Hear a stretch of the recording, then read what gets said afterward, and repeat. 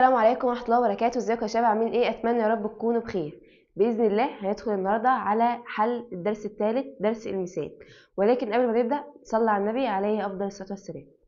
اول سؤال بيقول لك ايه؟ تحضير المثال في المعمل. طيب، اول حاجه بيقول لك تسخين RCOO مع الجير السودي يكون نقط. احنا خدنا ايه؟ احنا خدنا المعادله بتاعتنا تسخين CH3COONA. ده كان مين؟ أسيتات الصوديوم. كنا بنسخن ملح أسيتات الصوديوم اللامائية مع مين؟ مع الجير الصودي اللي هو عبارة عن ايه؟ الصودا الجوية في وجود الجير الحي CaO. دي كانت مادة صهارة. طيب، كان بيدينا ايه؟ كنا بنقسم من قدام وبنقسم من ورا. كان بيدينا الميثان CH4 زائد Na2CO3. هو في السؤال عمل ايه؟ شلك مجموعة الميثايل وعوض عنها بالصيغة العامة بتاعتها اللي هي R. مش الار دي هي نفسها CH3 ميثايل ايثايل اي حاجة، بيجيب لك يعني القانون بشكل عام. طيب، فهو شال ال CH3 وحط ايه؟ ار. ما نشغلش التلاتة هاش، لا. يا هيقوم مديني ايه؟ هيقوم مديني دي CH3 زائد اتش اللي هي ار اتش. بس دي كل فكرة السؤال.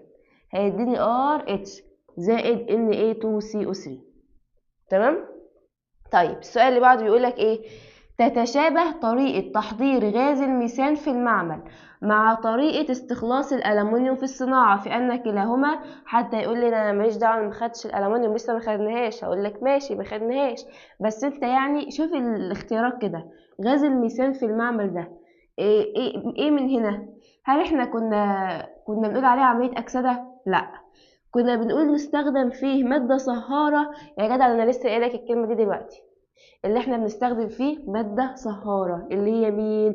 الجير الحي CaO أكسيد الكالسيوم. تمام؟ تمام. السؤال اللي بعده بيقول لك ايه؟ التقطير الجاف لمركب بيوتانوات الصوديوم في وجود الكير الصودي يكون نقط. هنرجع لنفس السؤال. بيوتانوات ايه؟ انا واخد ايثانوات الصوديوم. الايثان اداني ميثان. طيب بالعقل، انت خدت ايثانوات الصوديوم اهي، اداك ميثان. يعني عندك 2 ذرة كربون، ادوك ذرة كربون واحدة. طيب، هنا بيوتانوات الصوديوم. يعني ايه بيوتانوات؟ 4 من غير ما تكتب معادلة. يبقى هيديك ايه؟ 3 بالظبط كده، بروبان. هل دي قاعدة عامة؟ قاعدة عامة في أي سؤال. يعني لو غير السؤال وجاب لي التقطير الجاف لمركب بنتانوات الصوديوم مع في وجود الجير السودي، هيندك نقط. مش قال بنتان؟ خلاص نقص واحدة، يبقى هيديك ايه؟ بيوتان، وهكذا. ده سؤال حاجة عامة. طيب، مش احنا بنقول ان هما بيتشابهوا في الخواص الكيميائية؟ يعني اللي مشي على الميثان هيمشي على مين؟ على البروبان في التحضير. طيب، السؤال رقم 4 بيقول لك ايه؟ بعد انتهاء عملية تحضير عينة من الميثان في المعمل نتج مسحوق اكس في اناء التفاعل. طب التجربة المعادلة احنا لسه مسحناهاش اهي. او احنا بعد ما حضرنا الميثان نتج مسحوق اكس فعلا اللي هو Na2CO3. ايا مما يلي يعبر عن ذوبان المسحوق اكس. اول حاجة، المركب ده هسألك سؤال. هل هو مركب عضوي أم غير عضوي؟ عضوي ولا لأ ولا غير عضوي؟ بص فيه كده Na2CO3 انقسمنا الفريقين.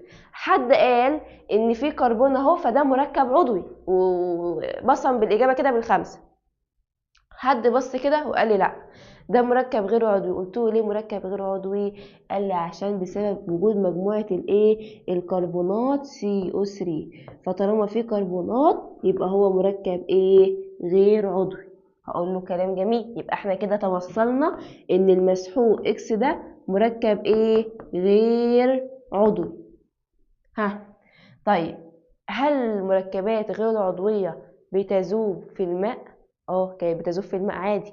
هي المركبات العضوية هي اللي مكانتش بتذوب، وكنا بنقول تذوب في المذيبات العضوية زي البنزين والإيثر ورابع كلوريد الكربون. أما المركبات غير العضوية هتذوب في المية عادي، هتذوب في الماء في المقارنة. طيب يبقى لا يذوب دي استبعدناها، ولا يذوب دي استبعدناها، بقى يذوب ويذوب. طب هل يذوب مكونا محلول قيمة بي اتش له تساوي 7؟ يعني انت لو مش عارف ان هو جاي من قاعدة قوية وحمض ضعيف والكلام ده، عمرك ما هتقول ان ال A2CO3 دي متعادل، البي اتش له بيساوي 7، استحالة. فهو خلاص مش متبقي عندك اساسا غير ان البي اتش له اكبر من 7، وطبعا عشان هو جاي من حمض ضعيف وقاعدة قوية. طيب السؤال اللي بعده، المركب السائل في الظروف القياسية من الضغط ودرجة الحرارة هو نقط. طبعا دي سؤال سهل جدا، احنا عارفين طالما قال سائل احنا عندنا من 2 ل4 غازات، ومن 5 من 5 ايه سوائل. طيب يبقى انا عندي المركب السائل في الظروف القياسية من الضغط ودرجة الحرارة من اول 5 اللي هو مين؟ البنتان العادي. تمام، اللي هو مين؟ البنتان العادي. يبقى انا عندي من 2 ل4 غازات، ومن اول 5 سوائل، يعني 5 معانا سائل اللي هو مين؟ البنتان. طيب السؤال اللي بعده، اي الهيدروكربونات التالية يتوقع وجودها في الغازات البترولية؟ قال ايه؟ الغاز. نفس الفكرة، من 2 ل4 غازات. طيب خلاص على طول C3H8، ده سؤال مباشر. طيب السؤال اللي بعده، الكيروسين من نقط، الكيروسين من نقط. طيب برضو في ناس اول ما تشوف السؤال ده تقول كيروسين الكين، انت اصلا ما خدتهاش غير في الالكانات، في الالكانات السائلة. فالكيروسين ده اللي هو كان مين يا شباب؟ كان الجاز، هو بس الاسم شائع مش اكتر. خدناه في الالكانات، خدناه في الالكانات السائلة، يبقى ما يتلخبطش فيه. يبقى انا عندي الكيروسين من مين؟ من الالكانات. الكيروسين من مين؟ من الالكانات. طيب السؤال اللي بعده، شمع البرافين. شمع البرافين خدناه فين؟ انت اول ما تشوف السؤال قول لنفسك كده خدناه فين، مش عشان انت خدت الالكانات فتروح تجري تستبعد مركبات اروماتيه كحولات وحاجات من دي، لا. شمع البرافين اهو قايل لنفسي كده انا خدته في الالكانات وفي التأثير بتاعت المواد الصلبة. طيب الالكانات دي مركبات ايه؟ مشبعة. طيب مركبات أروماتية؟ لا. غير مشبعة؟ لا. كحولات؟ لا. اتبقى عندي هيدروكربونات ايه؟ مشبعة. تمام.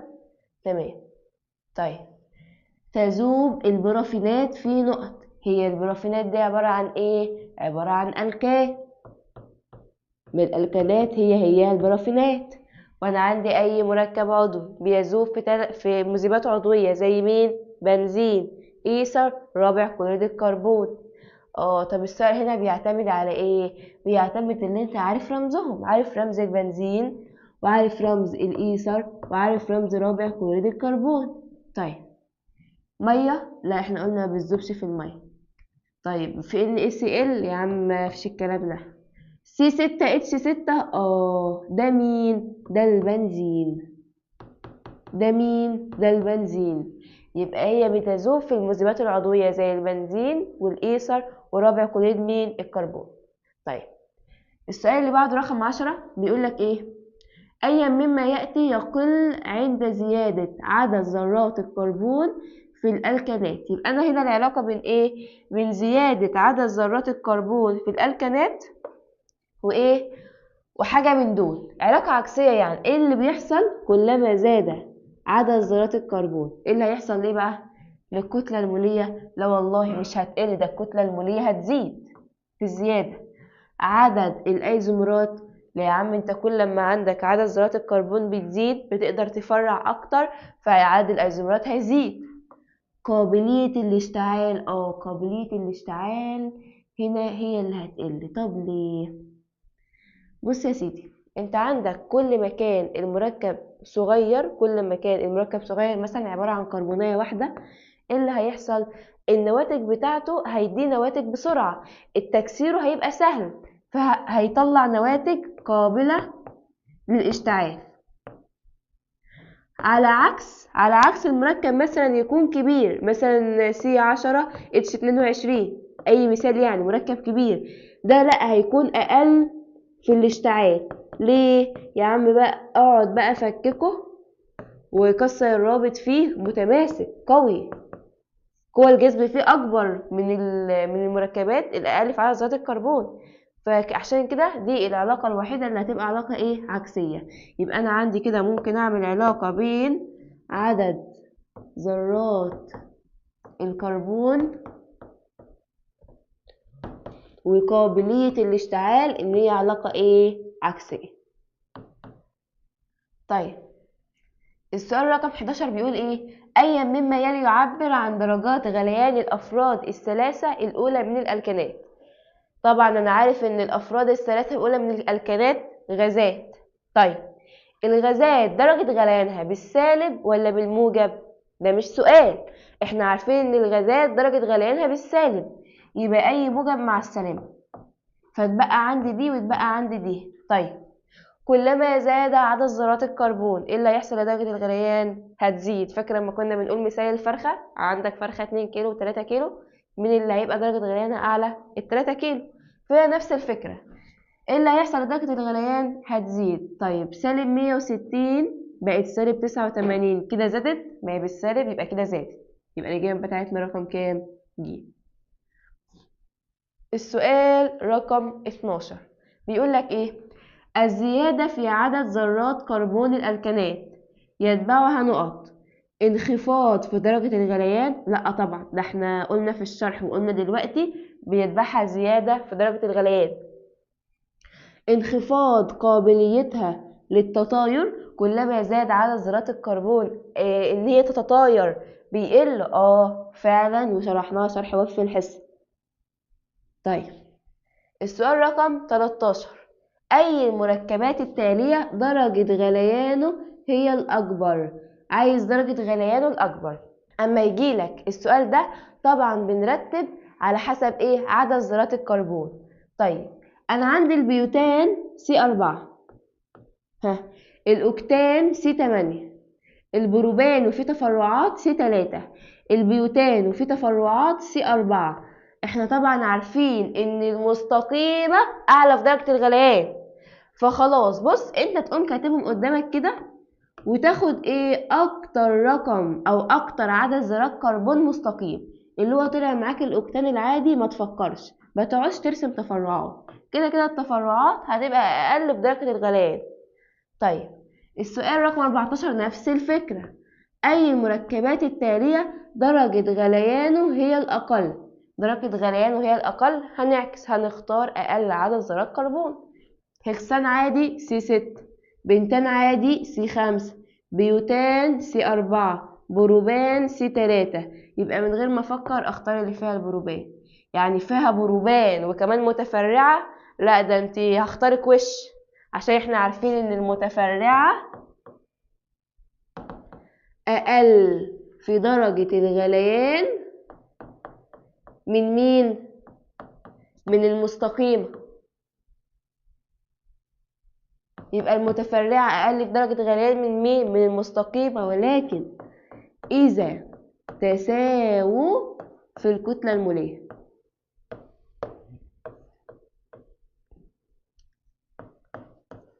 يعني ما تروحش تختار لي واحدة متفرعة وواحدة مستقيمة وديت C3H8 ودي C1 ولا حاجة، مفيش الكلام ده. لازم الاتنين، دي عندها 4 ذرات كربون يبقى دي عندها 4 ذرات كربون، أو أهو إذا تساووا في الصيغة الجزيئية.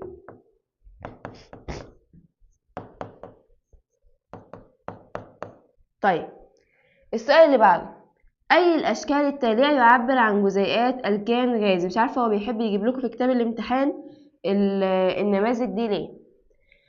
يعني ايه ألكان غازي؟ ألكان غازي أصلا انت خدت أبسط ألكان أو أبسط مركب عضوي أو أبسط غاز اللي هو الميثان CH4. فاحنا هنتفرق كده، كل واحد هيحلها بكذا طريقة. أول حد قال أنا عندي أبسط ألكان كان CH4، يعني كربوناية حواليها 4 روابط، هيدروجين هيدروجين هيدروجين هيدروجين. مش بس كده، وانت كمان كنت قايلنا قبل كده ان احنا بنمثل الكربون غالبا باللون الاسود والهيدروجين باللون الابيض. فانا هبص كده يبقى كربون اسود وهيدروجين ابيض وحواليها 1 2 3 4. يبقى بلا شك ان دي ايه اجابتي وان ده الميثان. طيب هو قالك يعبر عن جزيئات الكان. طب ما خدتيش ده ليه؟ اول حاجه انا قلت لك لازم يكون AC وحواليها 4 روابط، ده مفيش الكلام ده هنا ومفيش الكلام ده هنا ومفيش الكلام ده هنا. طيب الطريقه التانية اللي احنا عارفين ان الكور الحمراء دي بتبقى اكسجين، وطبعا ده مش الكان غازي وده مش الكان غازي، ده هيبقى ميه كده H2O. طيب ده بيبقى هالوجين، الاخضر ده بيبقى هالوجين وغالبا بيبقى كلور. تمام، فانت خلاص ده معاك اساسي. الاجابه بتاعتك رقم كام؟ رقم ج. طيب السؤال اللي بعده، اي مما يلي يعبر عن خواص الالكانات. طيب رقم أ بيقول لك ايه؟ تحترق الالكانات في الهواء مكونه ماء واكسجين. يا عم غلط، يا عم اهو غلط. ده احنا زهقنا. المركبات العضويه بتحترق وبتديني ثاني اكسيد الكربون وبخار ميه، ثاني اكسيد الكربون وبخار ميه، يبقى دي غلط. كل الالكانات لها نفس الصيغه البنائيه. ازاي يعني CH4 اما بنرسمه كده هيبقى زي الايثان اللي بنرسمه كده؟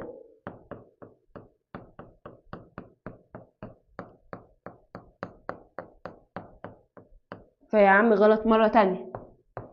الهكسان العادي سائل في درجه حراره الغرفه. الهكسان سائل في درجه حراره الغرفه. ما انا عندي السوائل من C5، صح ولا مش صح؟ صح. دي حاجه مباشره ان الهكسان العادي ايه؟ سائل في درجه حراره الغرفه. طيب رقم ده بيقولك الالكانات غير مشبعه. يا عم مع السلامه، خلاص انا عرفت ان الهكسان ايه؟ سائل في درجه حراره الغرفه. طيب السؤال اللي بعده، كل مما ياتي من خواص الالكانات ما عدا.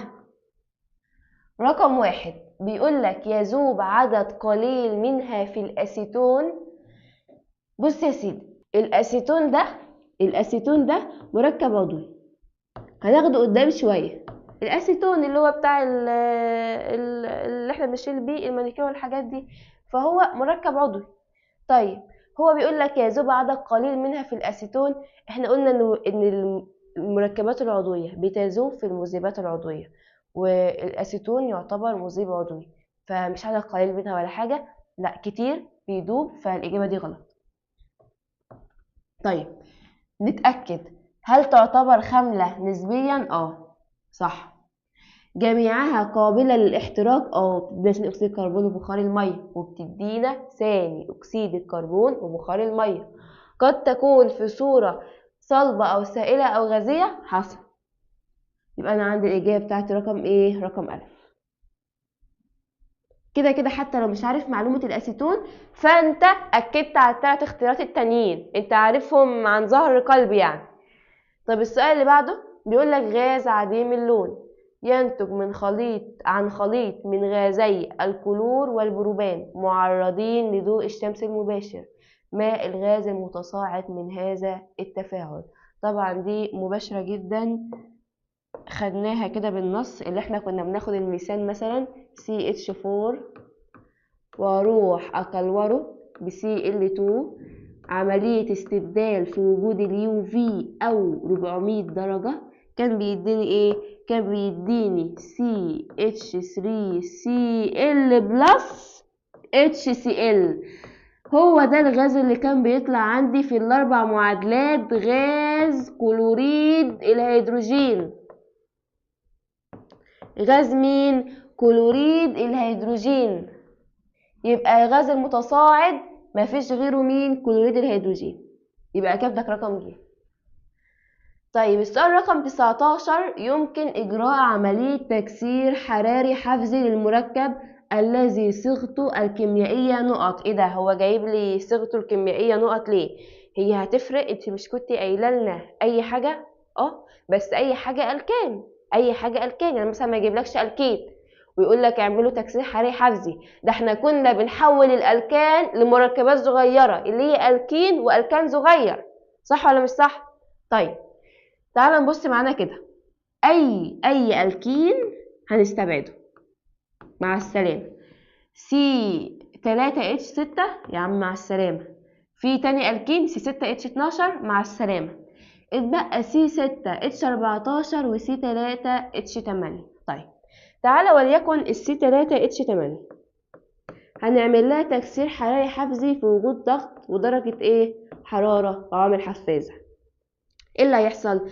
المفروض ان هي تديني الكان وليكن سي اتش 4 والكين وليكن اللي هو سي 2 اتش ايه اتش 4. طيب لو انا جيت جمعتهم هيديني سي 3 اتش 8 هيديني سي 3 اتش 8. طيب لو انا جيت سي 6 اتش 14 سي 6 اتش 14 ادي السي 6 اتش كام 14 في وجود ضغط وعوامل حفازة ودرجة حرارة وكل الكلام الجميل ده، هيديني ايه؟ السي 6 اتش 14 هقول مثلا ان هي تديني سي 3 اتش 6 الكين زائد سي 3 اتش 8 الكان، يبقى سي 3 اتش 6 الكين وسي 3 اتش 8 الكان. لو انا جمعتهم 3 و3 6 و8 و6 14 8 و6 14. حلو. طب ما ده اداني الكان والكين وده اداني الكان والكين، اختار انهي؟ طيب بالعقل وبالمنطق تاني، يعني ايه عملية تكسير حراري حفزي؟ انا باخد المركبات الكبيرة في وجود عوامل حفازة وضغط وحرارة واحولها لمركبات صغيرة عشان استخدمها. طب ما السي 3 اتش 8 ده مركب صغير هختاره ليه؟ هاخده اعمله تكسير حراري حفزي ليه؟ ده انا بحول المركبات الكبيرة اللي هي سي 6 اتش 14 للسي 3 اتش 8 بحولها له اساسا. فطبعا خلاص استبعدنا السي 3 اتش 8 وبقت اجابتي سي 6 اتش 14. السؤال ده يتحل بمجرد النظر، اللي هو انت هتستبعد اي الكين وهتاخد اكبر الكان، هتستبعد اي الكين وهتاخد اكبر الكان. طب السؤال اللي بعده بيقول لك ايه؟ اي المعادلات التاليه تعبر عن الاحتراق غير التام لمركب الاوكتان؟ بص يا سيدي، انت هتاخد الاحتراق غير التام ده في الالقاين، بس تعالى كده اقول لك على حاجه. هو بيقول لك يعبر عن الاحتراق غير التام لمركب مين؟ الاوكتان. بغض النظر عن مركب الاوكتان، لو انا معايا سي 4 اتش مثلا 10 او يعني اي مركب مش شرط الكان، طيب وهروح اولع فيه واعمل له احتراق غير تام. يعني ايه احتراق غير تام؟ ان الاربع كربونات دول ما تولعش فيهم، لا ده اتبقى كربونايه كده لوحدها طالعه بلهب مدخن، اللي هو اللهب بتاعنا ده دخانه بلهب كده، اتبقى الكربونايه. طب ليه؟ اصل الاحتراق هنا كان احتراق غير تام. اما بيقول لي احتراق تام بحط اكسجين كده كتير هيديني ثاني اكسيد الكربون وبخار الميه من غير حاجه تانية، ولا لهب ولا مش لهب. فكلمه احتراق غير تام معنى كده ان كل الكربون ايه؟ ما اتفاعلش ما اتحرقش. تمام. يبقى هيتبقى لي كده لازما في كربون ايه متبقي. طيب هنبص كده للمعادلة الأولى، لا ده بمجرد النظر ده احتراق تام، ليه؟ مفيش كربون متبقي. المعادلة التانية بمجرد النظر احتراق تام، ليه؟ مفيش كربون متبقي. المعادلة التالتة ده هنا سي 8 اتش 18 و4 سي او وثاني أكسيد كربون و4 كربون، يعني المعادلة موزونة كلها نفس الحاجة، الاختلاف هنا. طيب اتبقى كربون هنا اهو واتبقى كربون هنا اهو، يعني هي جيم صح أو ده صح. هو عامل لك المشكلة في وزن المعادلة يعني. سي 8 أدا هنا 4 سي و4 سي 8 السي مظبوطة. طيب اتش 18 أدا 18 وهنا 2 في 9 ب18 الاتش مظبوطة. هو أصلا بمجرد النظر باين إن الاختلاف في الأو. طيب أنا طالع لي كام أو؟ أدا 9 و8 9 و8 كام؟ 17. 9 و8 كام؟ 17. 9 و8 17 O2 طلع. كلام جميل. 19 O طلع. حلو. 17 او طلع. طيب انا هنا هكتب 17 ازاي؟ هقوم كاتب 17 او 2 كده، ما بقتش 17، ده بقت 17 في 2. هقوم قاسم على الاتنين، عشان الاتنين تروح مع الاتنين هيتبقى لي كام؟ 17. فهي بالظبط الاجابه رقم ج. وزن معادله يعني، ما سؤال ما فيهوش حاجه. طيب رقم 21، المعادلة التالية تعبر عن إحدى العمليات التي تجري على أحد نواتج زيت البترول. أول ما شفت عوامل حفازة وضغط ودرجة حرارة، تكسير حراري حفزي، مفكرش. تكسير حراري إيه؟ حفزي. تقطير جاف شلناها، تقطير جاف شلناها. أي مما يلي يعبر عن العملية تكسير حراري حفزي. ما الصيغة العامة للمركب X؟ عايز الصيغة العامة للمركب مين؟ X. احنا بنعمل تكسير حراري حفزي لمين؟ للألكان، اللي هو صيغته العامة CnH2n+2.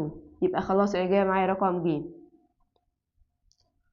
مش ملاحظ إن الإجابات أغلبها ج؟ كل ما تضيق بك الدنيا ج. السؤال رقم 22، المعادلة التالية تعبر عن أحد التفاعلات الكيميائية. شفت حرارة وعامل حفازة وضغط، يبقى تكسير حراري إيه؟ حفزي. استبعدت ب، استبعدت د. طيب هنا بيقول لك ما المركب إكس؟ مديك سي 35 اتش 72. طبيعي لازم مجموعهم يطلع زي النواتج زي المتفاعلات زي النواتج. تمام؟ فهي عملية جمع. فأنا عندي 6 سي و8 سي و15 سي، يبقى 6 و8 و15 هيديني كام؟ 29. وانا عندي السيهات 35، يبقى ناقص 35 هيديني 6. يبقى انا عندي السي كام؟ سي 6.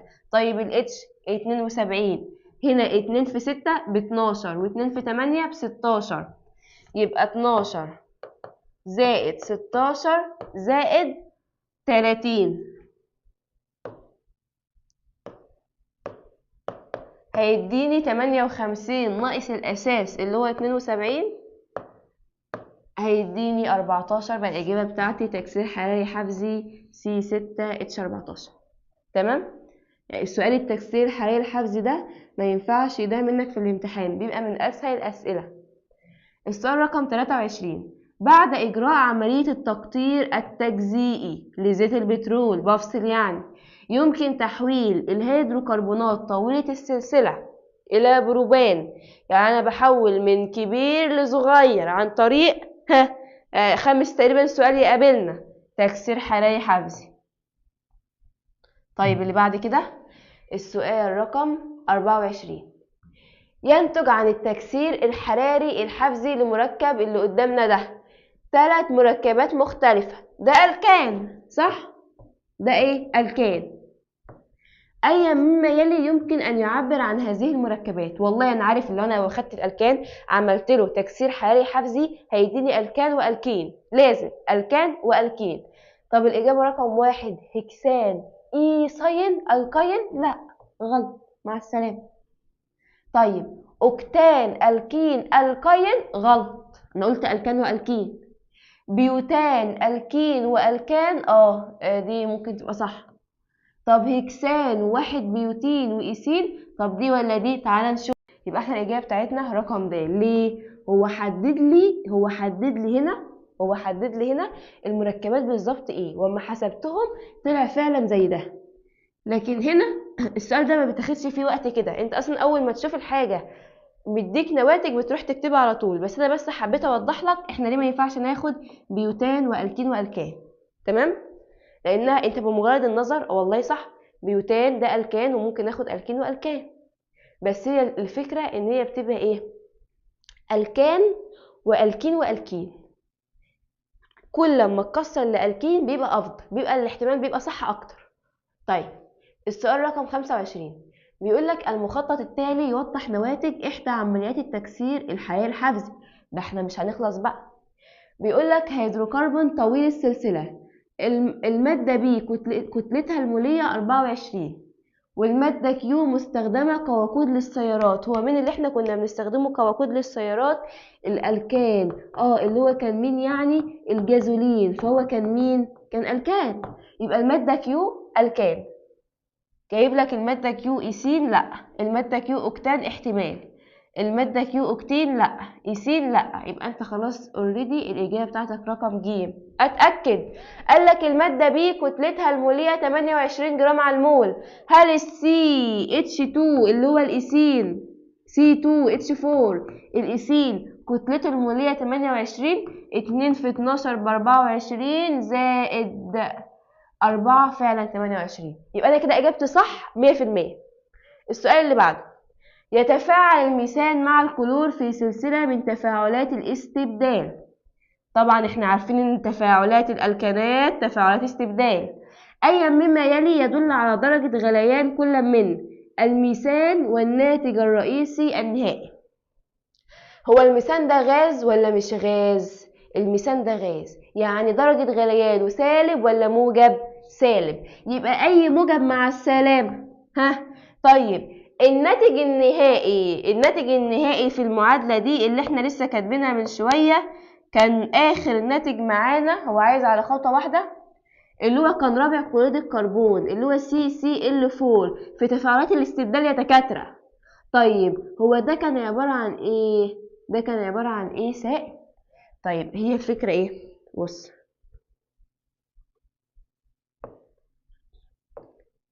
ادي CH4 تاني مع Cl2 في وجود الUV كان بيديني HCl زائد CH3Cl، صح ولا مش صح؟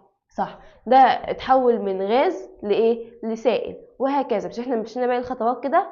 طيب هو السوائل درجة غليانها صفر، اقل من الصفر، اعلى من الصفر، اعلى من الصفر، يعني بالموجب. يعني خلاص ده مع السلامة، يبقى الإجابة بتاعتي رقم كام؟ رقم ج. والله بص، كل لما تضيق بيك الدنيا ارميله ج. السؤال رقم 27، وعاء يحتوي على خليط من غازي الميثان والكلور، معرض للأشعة فوق البنفسجية، ما المواد الموجودة في هذا الوعاء بعد انتهاء التفاعل؟ لسه كنا بادئين ان هو هيديني CH3Cl وهينتهي بالCCl4. طيب هل موجود HCl؟ موجود HCl معانا ازلي، فHCl معانا، اي غلط مش تبعنا، يبقى الف مش معانا. كان في H2، والله انا اول مره اشوفها. انت شفت H2 قبل كده في التفاعلات الاستبدال؟ ما قابلتنيش، يبقى اي H2 غلط، ما كانش موجود معانا. اي H2 ما كانش موجود ايه معانا، اللي هي الاجابه رقم كام؟ د. دي خلاص غلط، هو بيقول لك هو موجود لا. طيب CCl4 والله كان موجود بعد انتهاء التفاعل، ده هو كان اخر حاجه جبناها ووقفنا، هنستبدل فين بعد كده؟ فهو كان معانا، يبقى دي غلط. يبقى احنا كده اخترنا ايه؟ الاجابه رقم كام؟ ج. كل ما تديك بقى الدنيا ارمي ج. هندخل على المسائل بقى. فاحنا هندخل على المسائل عشان الحصه دي بتتسجل لكم 7 الصبح، فنجيب الآلة الحاسبة كده، هنحسب حرفيا 1 زائد 1 يساوي 2 دلوقتي. بيقول لك ايه؟ اي من انواع الوقود التالية تنتج الكتلة الاكبر من غاز ثاني اكسيد الكربون عند احتراق 10 كيلو منها احتراقا تاما؟ محبش الاسئله دي ليه بقى؟ انا محبهاش، ومحبش انها تنزلك في امتحان، ومحبش احطها في امتحانات. ليه؟ عشان انت ممكن تجيب سؤال بفكرة ونفس القانون وهو يجرب مثلا على اختيار واحد، اما عشان تحل السؤال من النوعية دي لازم تحل ألف وب وج ود، فمحبش الأسئلة دي. تعالى كده بيقولك السؤال تاني، أي من أنواع الوقود التالية تنتج الكتلة الأكبر من ثاني أكسيد الكربون عند احتراق؟ رقم ألف C10 H20 O2، أده رقم ألف C10 H20 O2. هاخدها اولع فيها، هتديني ايه؟ هتديني ثاني اكسيد الكربون وبخار مين؟ وبخار الميه. اوزن معادلتك، داخل 10 سي يطلع لك 10 سي، داخل 20 اتش يطلع لك 20 اتش، هنا 2 هنضرب في 10، داخل 4 او طالع لك 2 في 10 ب20 و10 30. دي طبعا خلاص مش هتيجي جنبها، احنا هنلعب هنا، يبقى هنا كام؟ هنا 2 خلاص، هو 30، يبقى 30 ناقص الاثنين دول 28. طب انا عايزه اوصل دي ل 28، الاثنين في كام؟ ب 28 ب 14، يبقى هنا كده ايه؟ 14 O2. هنا كده ايه؟ 14 O2. يبقى دي ايه؟ وزن المعادله بتاعتنا. طيب ماذا بعد يا سيدي؟ هنقوم جايين كده خلاص نقرأ السؤال تاني. عند احتراق 10 كيلو جرام منها احتراقا تم، أي أنواع الوقود التالية تنتج الكتلة الأكبر من ثاني أكسيد الكربون؟ يبقى احنا بنتعامل مع C10H20O2 و10 ثاني أكسيد الكربون. هنقوم عاملين ازاي؟ إن أنا عندي عدد المولات هنا 1 مول كان بيكافئ لي 10 مول من ثاني أكسيد الكربون. طيب هو عايز الكتلة، هو بيقول لك عند احتراق 10 كيلو جرام منها، يعني هنا كده 10 كيلو جرام منها احتراقا تاما، انا عايز كتلتها. طيب ما ينفعش مول يبقى تحته كتلة، خلاص نحول ديت ايه؟ نشيلها ونحولها لكتلة مولية. هنحولها لكتلة ايه؟ مولية. الكتلة المولية هو مديك الكتلة المولية بتاعتها كلها على بعضها 172. كويس ان هو جاب عشان ما نقعدش نحسب. يبقى هنا كده 100 كام؟ 72. طيب وهنا عشان دي جرام فهنحول من كيلو جرام لجرام، هنضرب في 1000، يبقى هنشيل دي. ركز انا بعمل ايه، وهنضرب في مين؟ في 1000. هنا 10 مول برضو هنشيلها، هو 10 مول من ثاني اكسيد الكربون، برضو هنشيل ال 10 مول ونعوض كتل موليه، هيبقى 10 في ال 44. ايه ال 44 دي؟ الكتله الموليه لثاني اكسيد الكربون ب 44 بس. يبقى كده اول حاجه خلصناها. احنا كده بنجيب الكتله بتاعت مين؟ الكتله الاكبر، الكتله بتاعت ثاني اكسيد الكربون. حاضر، تعالى الآلة الحاسبة طرفين في وسطين. الإكس هتساوي 10 في 44 في 10 في 1000 على 172. الآلة الحاسبة بتاعتنا ايه؟ 10 في 44 في 10 في 1000 على 172 ايكوال. طلع الرقم اللذيذ بتاعنا ده، طلع كام؟ دي 10 ودي 44. 2 5 5 8 1. 2 5 5 8 1. طيب هنمشي نفس الخطوات في رقم ب وفي رقم ج وفي رقم ب. مشيها بقى مع نفسك لانك انت هتمشي نفس ايه الطريقه دي كده فيهم كلهم، فمش هناخد فيها وقت عشان ده سؤال اصلا ايه يعني ما يجيش برضه. هيبقى الاجابه بتاعتك C8H18. تمام، هي اللي هتلاقيها مدياك اكبر رقم تقريبا 3000 وي يعني. طيب يبقى ده السؤال بتاعنا ده مش هنقعد ناخد فيه وقت، هي خلاص انت عرفت اختيار منهم. الاختيار الثاني والثالث والرابع نفس الطريقه نفس الفكره. طيب السؤال بعد كده، السؤال رقم 29 بيقول لك ايه؟ ما كتلة غاز الاكسجين اللازمة لاحتراق 11.2 لتر من غاز البروبان؟ طيب ادي البروبان C3H8، هاخد اولع فيه زائد O2، هيديني ايه؟ ثاني اكسيد الكربون وبخار الميه. اوزن معادلتك، داخل 3 يطلع 3، داخل 8 طالع 2، يبقى لا نضرب هنا في 4. داخل طالع 6 و4 10 اكسجين، يبقى نضرب هنا في كام؟ في 5. انا عايز العلاقه ما بين مين ومين؟ بين السي 3 اتش 8 والخمسة O2. طيب انا بمجرد النظر 1 مول من هنا مع 5 مول من هنا. هو بيقول ايه بقى في المساله؟ اللازمه لاحتراق 11.2 لتر من غاز البروبان، يعني هنا كده 11.2 لتر، عايزين مين؟ كتلة الأكسجين. شو عايز كتلة؟ عايز كتلة الأكسجين. طيب دي لتر، يبقى لازم يبقى هنا لتر. أنا عارف إن الواحد مول بيساوي 22.4 لتر، يبقى شيلها واكتب كام؟ 22.4.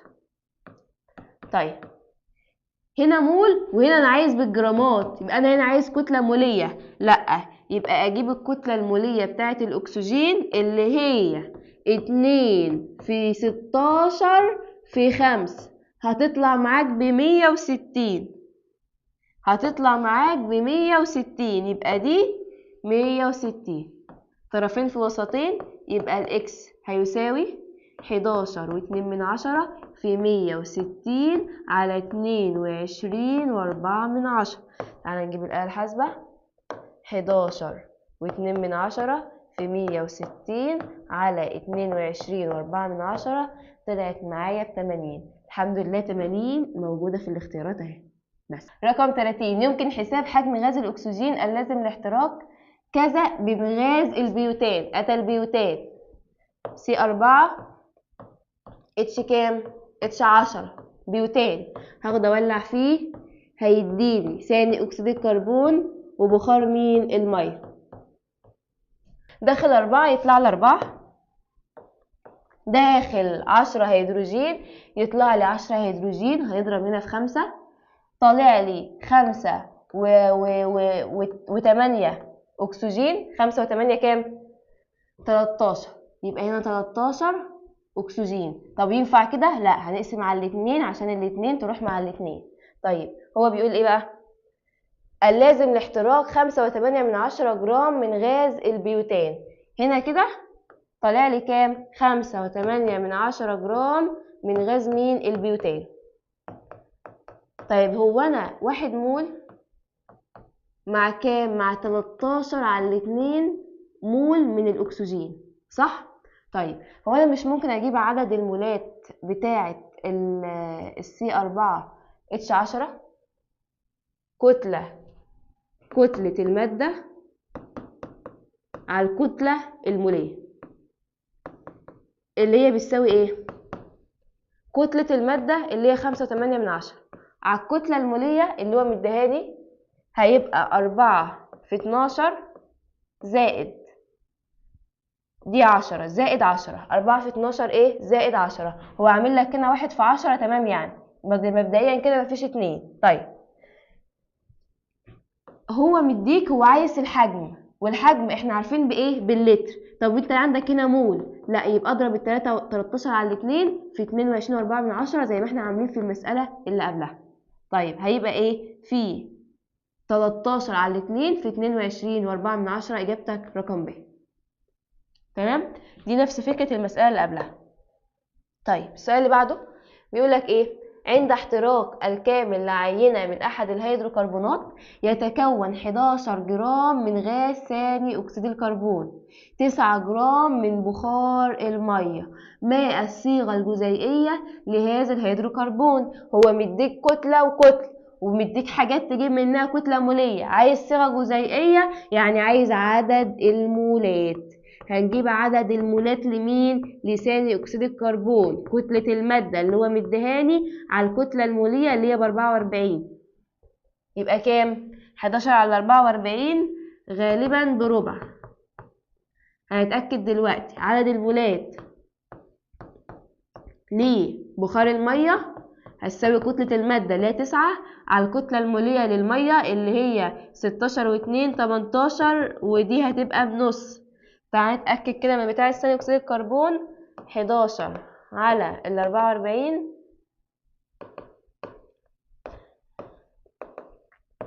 طلعت بإيه؟ بربع. طيب أنا عايز نسبة ما بين ثاني أكسيد الكربون وبخار المية. أقسم على الصغير، هقسم على مين؟ على الربع. يبقى على الربع فيها 1 ونص على الربع فيها 2. تمام؟ يبقى النسبة 1 لإيه؟ ل2. طيب ما الصيغة الجزيئية لهذا الهيدروكربون؟ خلاص أنا جبت عدد مولات ثاني أكسيد الكربون وجبت عدد المولات هنا. هيبقى الصيغة الجزيئية السي ب1 والاتش ب2، يبقى CH4. تمام؟ نقولها تاني هنا كده في التوضيح. تعال يبقى أنا أول حاجة بيقول لك عند الاحتراق الكامل لعينة من أحد الهيدروكربونات بيتكون 11 جرام من غاز ثاني أكسيد الكربون. بيتكون 11 جرام من غاز ثاني أكسيد الكربون. أده 11 جرام من مين؟ من غاز ثاني أكسيد الكربون. طب ممكن تجيب لي عدد المولات ثاني أكسيد الكربون؟ عدد المولات هيساوي كتلة المادة اللي هو مداني ب11 على الكتلة المولية بتاعته اللي هي ب44، اللي هي عشان ما تقولوش يعني جبناها منين، أده 12 زائد 2 في 16. طيب يبقى عدد المولات معايا طلعت هنا بكام؟ بربع. طيب نجيب تحت عدد المولات للبخار المية H2O هيديني كام؟ كتلة المادة على الكتلة المولية اللي هي بتساوي كتلة المادة ب9 على الكتلة المولية ب18 هيديني نص.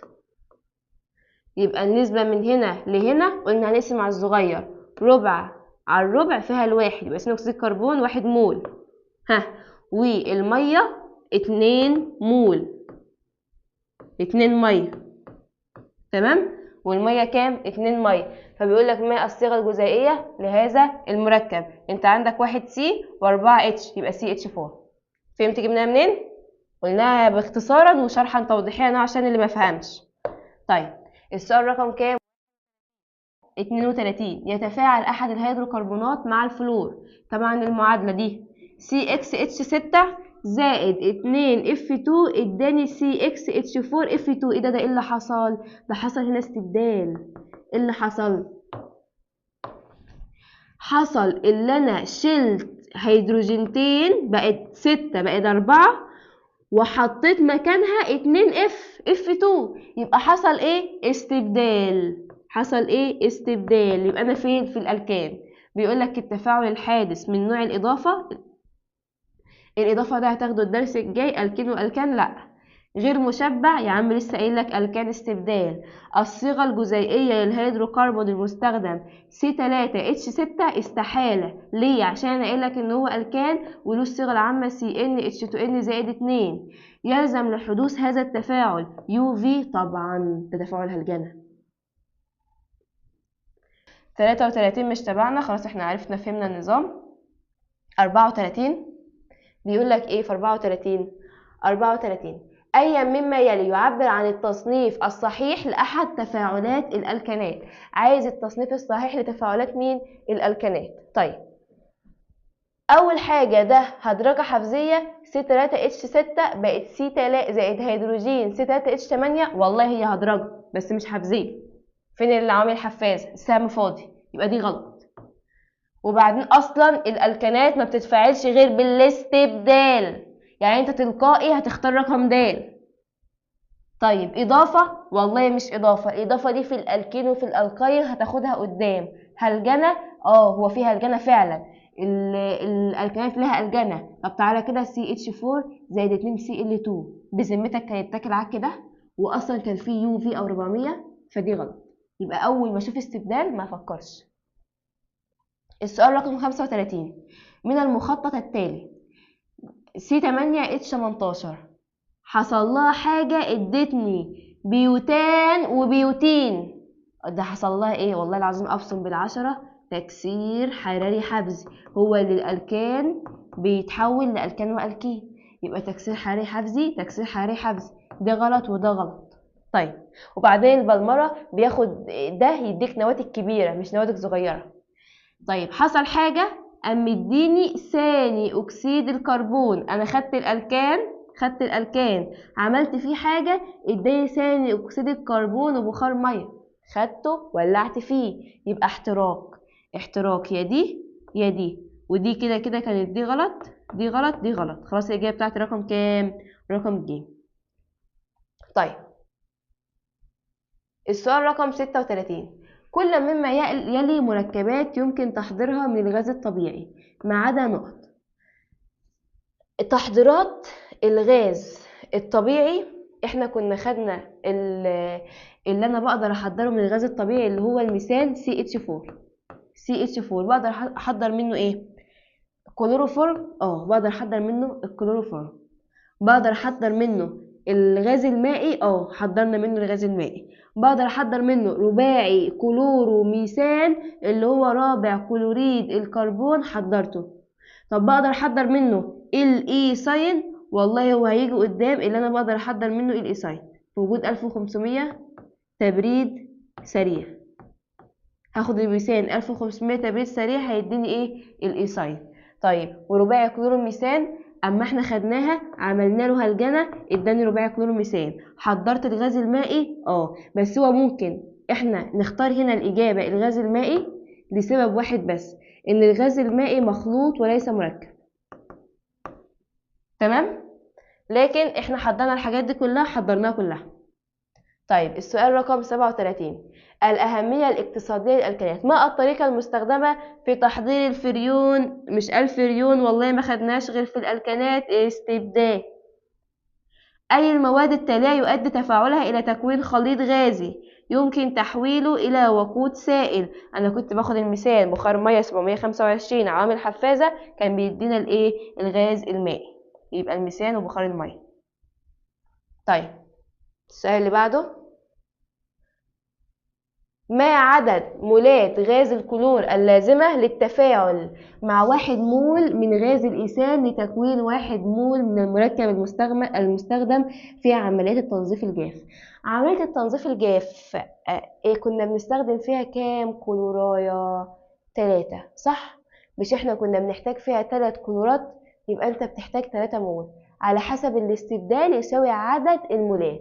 يبقى عملية التنظيف الجاف كنا بنستخدم فيها 3 كلورات اللي هو ثلاثي كلورو إيثان.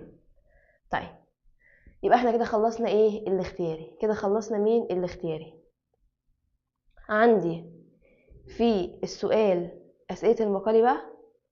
وضح بالمعادلات الرمزية كيفية الحصول على الغاز المائي من أسيد الصوديوم، قلناها في الحصة. الكلوروفورم من الميثان قلناها في الحصة، دي لسه مش عليك. يتواجد مركب بيوتانوات الصوديوم في صورة بلورات بيضاء. اكتب الصيغة الجزيئية للألكان المقابل لهذا الملح. طيب بيوتانوات جاي من مين؟ من البيوتان. البيوتان غاز ولا سائل ولا صلب؟ غاز. ما الصيغة الجزيئية للمركب الناتج من التقطير الجاف لبيوتانوات الصوديوم في وجود الجير الصودي؟ بمجرد النظر بيوتانوات تقطير جاف بروبان، لسه واخدينها من شوية. طيب عند احتراق 1 مول من الألكان CXHY في وفرة من غاز الأكسجين بيتكون 176 جرام من غاز ثاني أكسيد الكربون. استنتج قيمتي X و Y. حاضر، تعال. عند احتراق 1 مول من CXHY، أدا CXHY احتراقا تم في وفرة من غاز الأكسجين، أدا O2، بيتكون ثاني أكسيد الكربون وبخار مين؟ المية، ومديني ثاني أكسيد الكربون تحته 176 جرام. طيب أنا عندي ال 176 جرام دول المفروض يبقى فوقهم 12 زائد 2 في 16 اللي هي 44. لو أنا جبت عدد المولات لثاني أكسيد الكربون هيساوي كتلة المادة اللي هي 176 على الكتلة المولية اللي هي 44. نجيب الآلة الحاسبة، هيديني كام؟ 4. هيديني كام؟ 4. يعني هنا 4، يبقى خلاص السؤال اتحل. يبقى هنا 4، وطالما قالك الكان يبقى صيغته العامة CnHn زائد 2، يبقى هنا 10، يبقى صيغتك C4H10.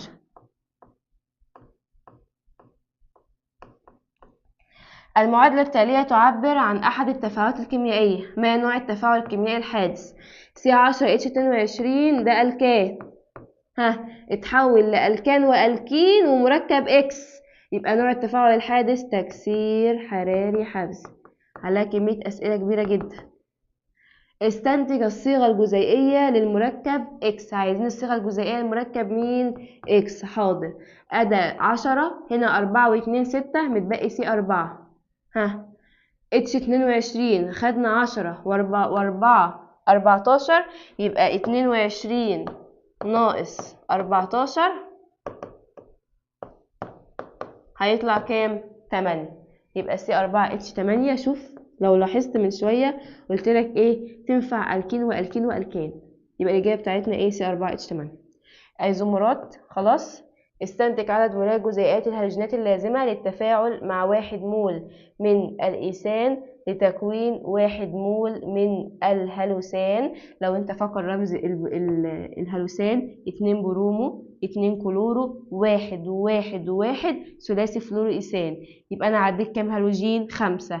يبقى عدد مولات جزيئات الهالوجينات اللازمة للتفاعل 5 مول. بس. يبقى احنا كده خلصنا ايه؟ حل الدرس ده، فاضل الاختبار بس.